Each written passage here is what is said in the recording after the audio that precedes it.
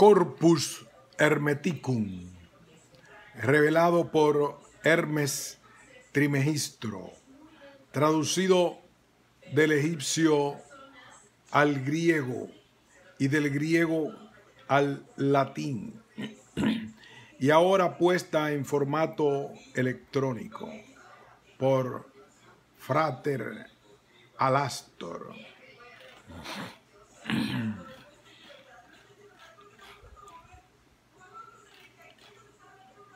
A manera de introducción a esta magnífica y antiquísima joya del saber esotérico, adjunto este humilde artículo que yo, Frater Alastor, escribiera hace algunos años después de leer el Corpus por primera vez y descubrir sus semejanzas con las enseñanzas de la teósofa Madame Blavatsky. El Corpus Hermeticus, nombre por el cual se conoce el conjunto de escritos esotéricos firmados por Hermes Trismegisto, el 3 veces grande o quizás el tercero de los Hermes, fue originalmente compendiado durante el Renacimiento, traducido del griego por Marcino Ficino por orden de Cosimo de Medici, para eso del 1464. El texto trata sobre las enseñanzas impartidas por Hermes en Egipto y se supone que el original estaba escrito en ese idioma y que no debía ser traducido a otras lenguas, pues perdería mucho de su sentido oculto. El propio Hermes profetiza su traducción al griego, pero advierte que al traducirse del griego a las lenguas bárbaras, perdería la mayor parte de su valor místico, así que aquí encontramos quizás una de las primeras referencias a la existencia de una cábala literal egipcia.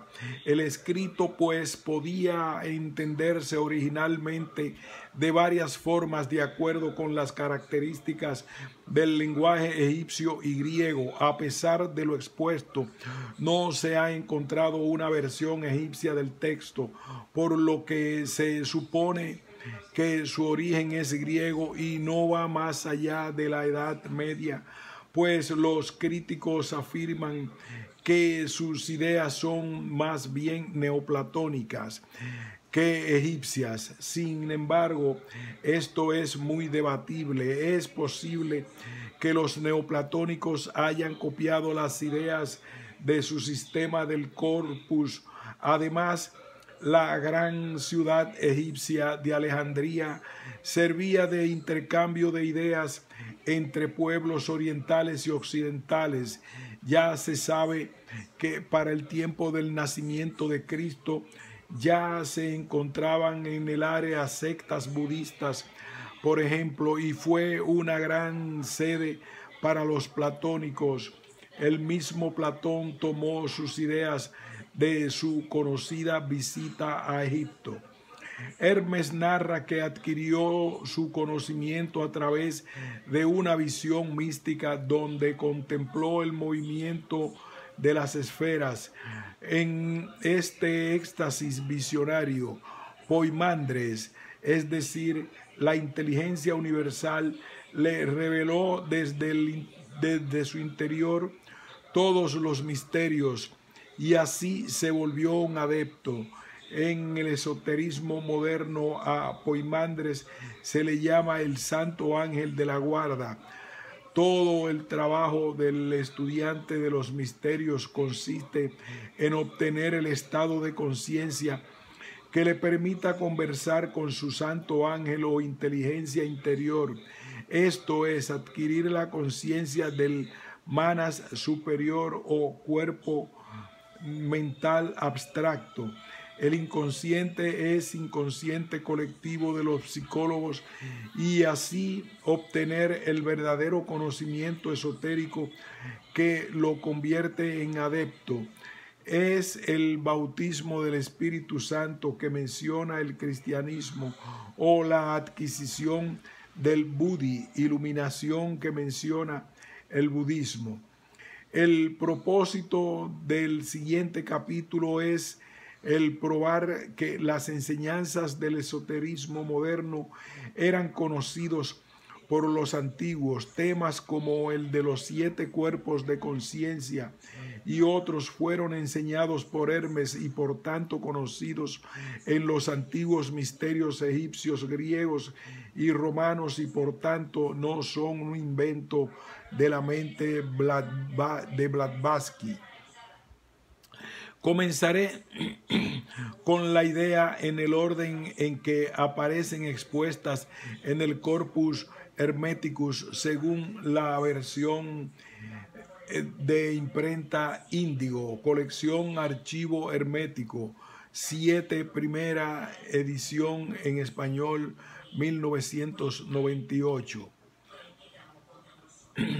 El Poimandres, nombre del primer libro de la colección, es donde Hermes recibe por primera vez la revelación de la inteligencia Poimandres. Lo primero que quiero señalar es que se lee en el versículo 6 donde Poimandres se presenta, dice de sí mismo: comprende lo que te quiero decir, lo que en ti ve y oye es el verbo del Señor y tu inteligencia es el Dios Padre. No están separados uno del otro, pues su unión es la vida. Con estas palabras, Poimandres le dice a Hermes que él es Dios Padre. La monada compuesta por Atman, Buddhi y Manas superior. De esta triada, Manas superior es más material y el vehículo de las otras dos. Los tres funcionan como una unidad. Por esto se llama monada, palabra griega que quiere decir unidad y que más tarde aparecerá en el texto del corpus. Finalmente, Poimandres es la monada que se manifiesta por lo que puede asumir una forma, aunque en realidad no la posee. Solo la imaginación es capaz de darle forma a lo que no tiene manifestación de Dios Padre en el hombre. No olvidemos que el Blavatsky llama a la monada como el Padre nuestro que estás en el cielo. En el 9 se lee: la divina inteligencia que era macho y hembra y existía como vida y luz generó a partir de la palabra una segunda inteligencia que, transformada en Dios del fuego y del soplo, creó a los 7 gobernadores que envuelven al mundo sensible dentro de los círculos, y este gobierno es llamado destino. Esta inteligencia no es macho o hembra, sino macho y hembra. Es pues una imagen del dios Mercurio, el mismo Hermes. El mercurio es un metal y un líquido al mismo tiempo, por lo cual es doble. Los alquimistas lo pintaban como andrógeno, macho y hembra. De aquí que el planeta Mercurio gobierne sobre la inteligencia de la astrología. Además, Manas es doble, superior e inferior, activo y pasivo, abstracto y concreto. La inteligencia o Manas es la única parte de la monada que es doble, pues puede permanecer inactiva en su estado de bienaventuranza o puede manifestarse como pensamiento. Solo el pensamiento puede generar, justamente por esta doble característica suya, Manas. Es mortal e inmortal al mismo tiempo. Atma y Budi son inmortales eternos, por tanto no pueden crear, pues crear es limitarse. Solo la mente es capaz de limitarse a sí misma con ilusorias barreras. Por tanto, la inteligencia crea una segunda inteligencia. Al fin y al cabo, su propia naturaleza es doble. Es el manas superior que se desdobla en el inferior y así crea los 7 espíritus frente al trono de Dios, según palabras del Apocalipsis de San Juan. Estos 7 son los 7 Elohims que nombra Blavatsky, los 7 logos. El mundo sensible es el mundo creado material y sus 7 círculos son las 7 cadenas planetarias que nombra Blavatsky. Probablemente Hermes se refiere también a los 7 astros sagrados de la antigüedad: la Luna, Mercurio, Venus, el Sol, Marte, Júpiter y Saturno. El hecho de que los mencione en círculos nos enseña que Hermes conocía el movimiento de la elíptica que aproxima un círculo. De todas maneras, estos 7 astros representan a las 7 cadenas, pues aunque las 7 cadenas poseen 11 planetas, estos 7 son los únicos que proyectan directamente la energía de los 7 rayos sobre la Tierra.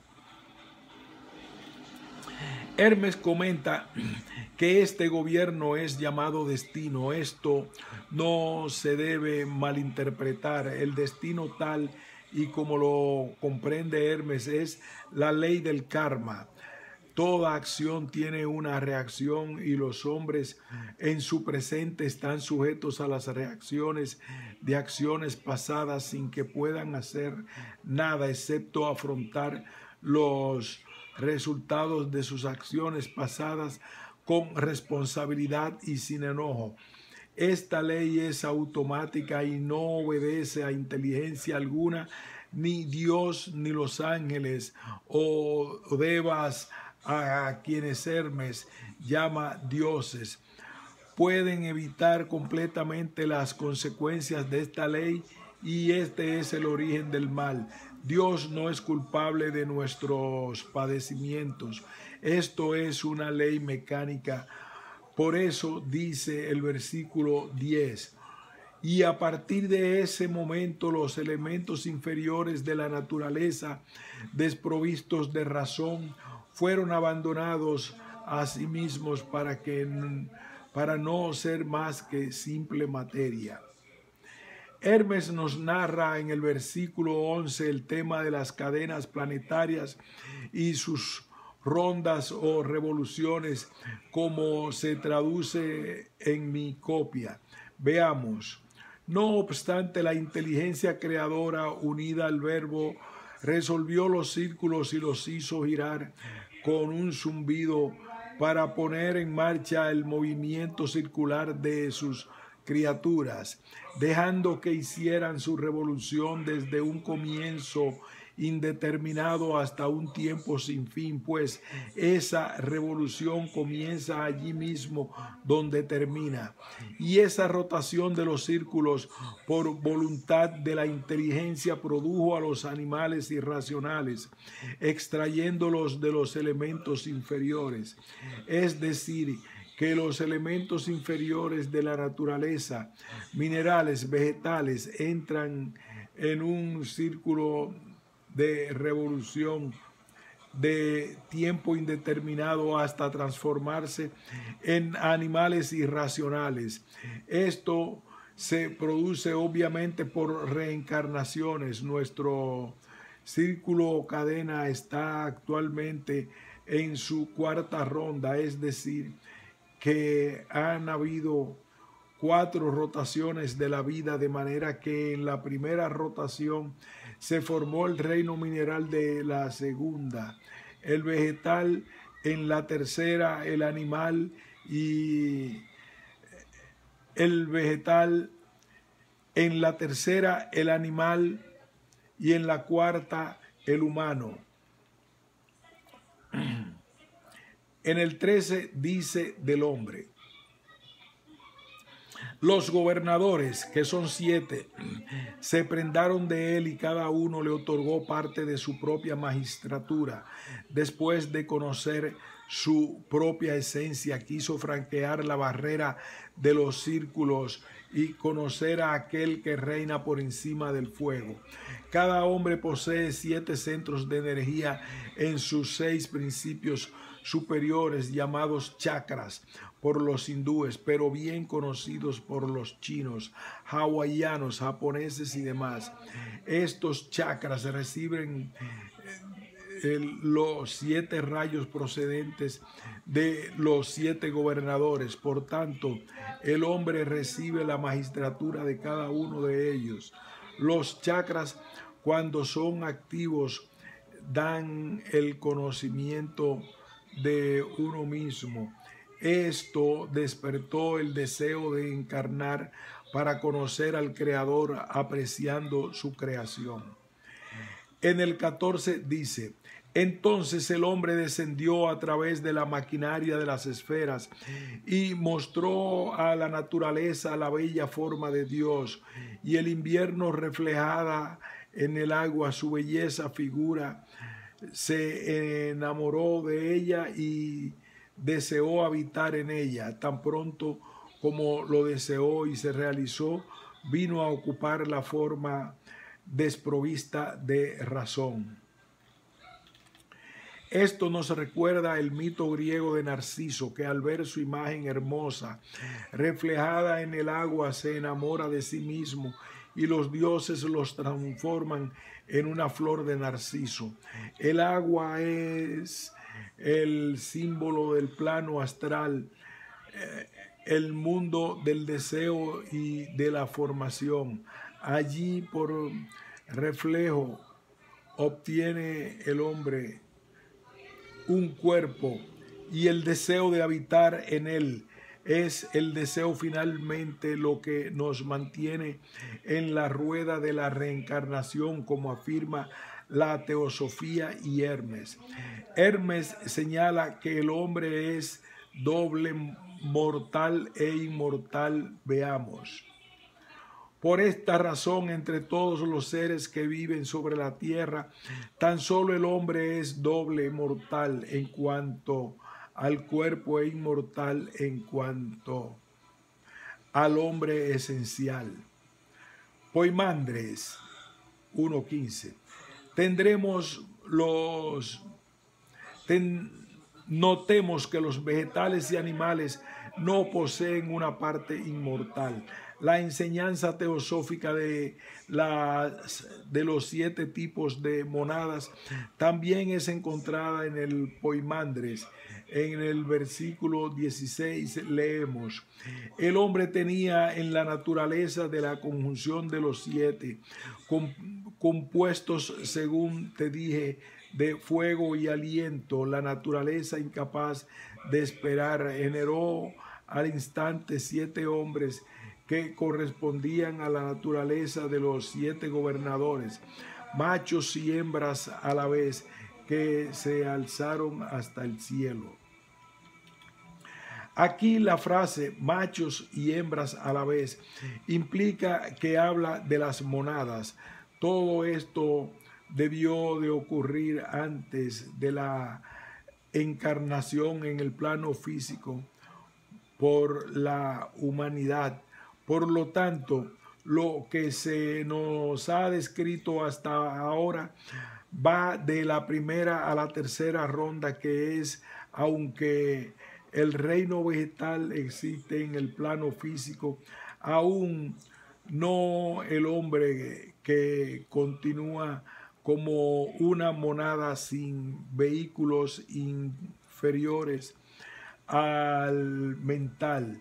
Esta cosmogénesis, por tanto, no sigue un orden estricto, pues ya habíamos visto que se nos había hablado como a través del deseo el hombre se encarnó. Ahora se nos va a dar mayor detalle de cómo esto ocurrió. En el versículo 17 se lee: del éter recibió la naturaleza el soplo vital y produjo los cuerpos según la forma del hombre. En cuanto al hombre de vida y luz que era, se transformó en alma y en intelecto. La vida se transformó en alma y luz. El intelecto y todos los seres del mundo sensible permanecieron en ese estado hasta el fin de un periodo y hasta la aparición de las especies. Continúa el 17. Cuando aquel periodo quedó plenamente culminado, el vínculo que tenía todas las cosas quedó roto por voluntad de Dios. Todos los animales que hasta aquel momento eran macho y hembra, a la vez fueron divididos en dos, al igual que el hombre mismo, y aparecieron los machos por una parte y las hembras por otro. Del éter efectivamente viene prana o energía vital, y el cuerpo físico se forma con un patrón establecido por el cuerpo etérico, el cual es el cuerpo de energía vital que vivifica y anima al físico. Se trata de la energía que mantiene unidas a las moléculas del cuerpo físico y les da energía y movimiento. Por esto se dice que el soplo vital produjo los cuerpos según la forma del hombre. El cuerpo físico es una copia del soplo vital o cuerpo etérico. Aquí también se nos aclara la cuestión de las rondas. No solamente se nos está hablando de la tercera ronda, sino que también se nos está hablando de la tercera cadena o periodo. Cada ronda es recapitulación de lo que pasó en los periodos o cadenas anteriores. Por tanto, en la primera cadena se desarrolló por primera vez el reino mineral, después de lo cual pasaron 7 revoluciones y la cadena se destruyó para darle paso a la segunda, que generó el reino vegetal. Esta, después de 7 revoluciones, se destruyó y dio paso al tercer periodo o cadena que originó el reino animal. Pero la división sexual de los reinos todavía no ha ocurrido, como afirma Hermes, hasta que este periodo llegue a su fin. El vínculo que une todas las cosas quede roto y llegue el cuarto periodo o cadena con sus 7 revoluciones o rondas. En la cuarta de estas revoluciones, los reinos se dividen en macho y hembra y obtiene el hombre su vehículo físico denso. Según la teosofía, es así aquí que ha llegado la humanidad, y por tanto el corpus no narra lo que procede con otras 3 rondas restantes.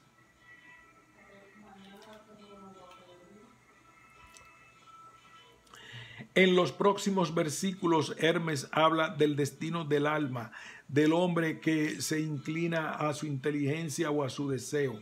Los hombres que se inclinan a su deseo, Hermes enseña que no tienen intelecto o buddhi manas, como lo llama Blavatsky. En el 23 se lee: en cuanto a los malvados, me apartaré de ellos y cederé mi lugar al demonio vengador, que aplicando el aguijón de fuego al hombre de esta disposición lo penetra en sus sentidos, inclinándolo aún más hacia los actos impíos, con objeto de que le sea reservado el mayor castigo.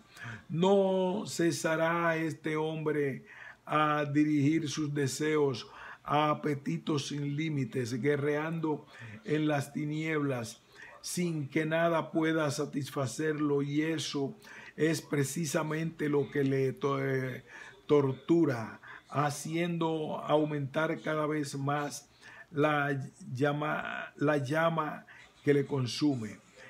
Es el Kamaloka o séptima subdivisión de cada subplano del manto astral. Es donde la personalidad es destruida, no la monada, pero sí la conciencia rutinaria del individuo. Allí la mente concreta o razón, como la llama Hermes en otro de sus libros,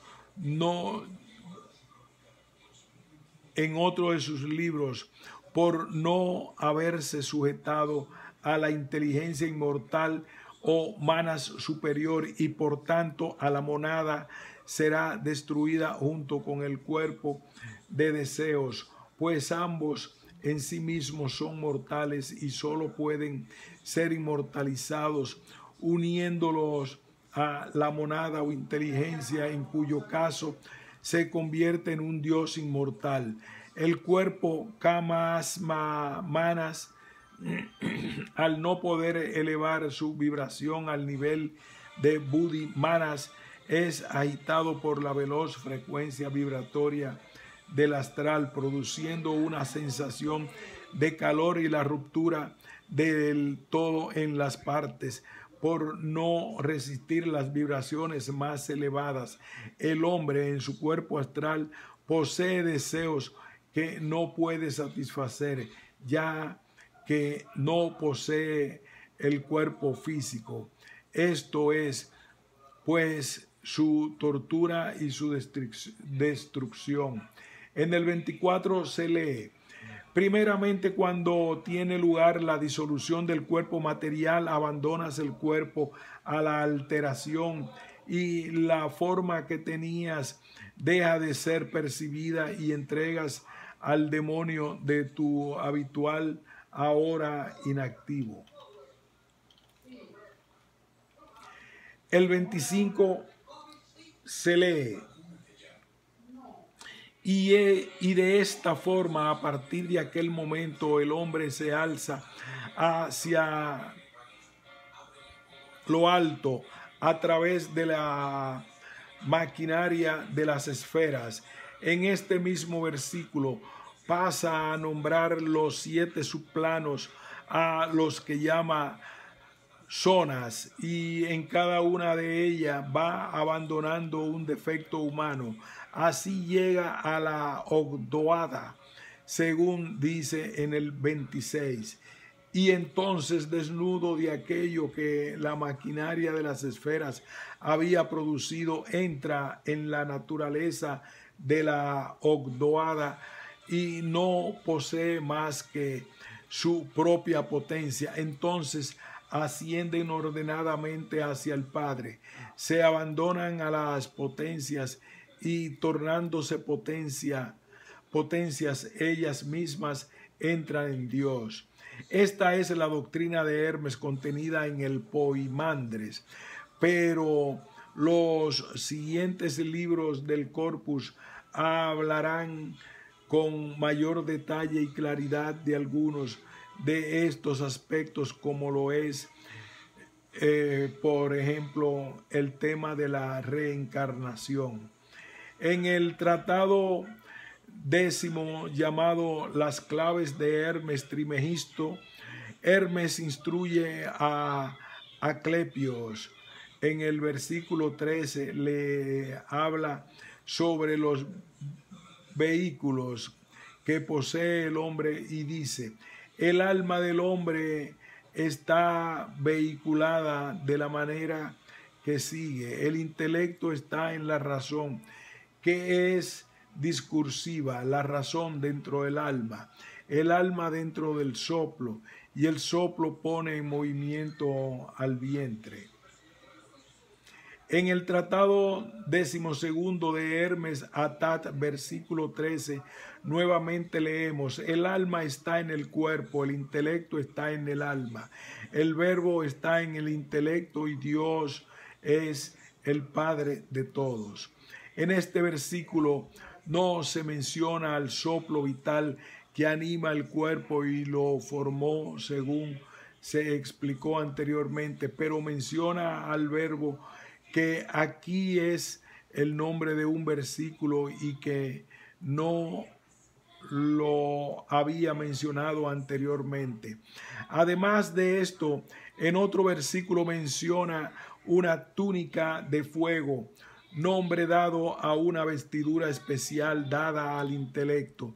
Esta túnica no puede ser conservada mientras el intelecto se aloja en el cuerpo terrestre o viviente, como también lo llama, pero leamos el versículo correspondiente. Se trata del tratado 10º, versículo 18. Cuando el intelecto se ha separado del cuerpo de tierra, se reviste de inmediato con la túnica que le es propia, la túnica de fuego que no podía conservar cuando se estableció en el cuerpo terrestre.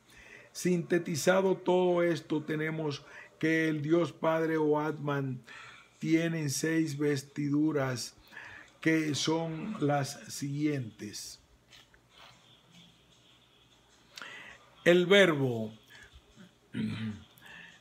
crístico o buddhi, el intelecto, manas superior o manas, la razón, manas inferior o cuerpo causal, el alma, kama rupa o astral de deseos, el soplo, doble etéreo, el viviente, el físico.